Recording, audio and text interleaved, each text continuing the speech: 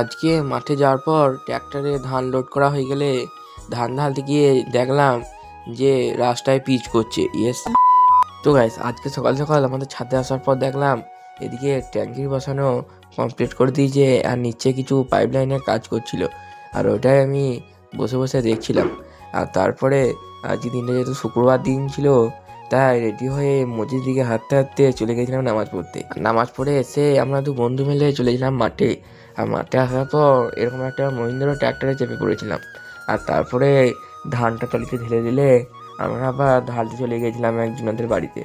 আর যাওয়ার পর এদিকে খামারে ঢুকিয়ে ধানটা ঢেলে দিলে তারপরে বাড়ি যাওয়ার সময় দেখতে পেলাম যে এদিকে রাস্তার পিচের কাজ হচ্ছে। আর দেখতেই পাচ্ছ কত রকম মেশিন রয়েছে এখানে, কত দাম পারু রয়েছে। আর এদিকে একটু সামনে একটু জাম লেগে গিয়েছিল, তারপরে জামটা পেরিয়ে ফাইনালি আমরা আবার চলেছিলাম মাঠে। আর মাঠে আসার পর এরকম করে ধান কাটা দেখতে দেখতে আজকে মিনি ব্লগটা এইখানেই শেষ করলাম। বাই।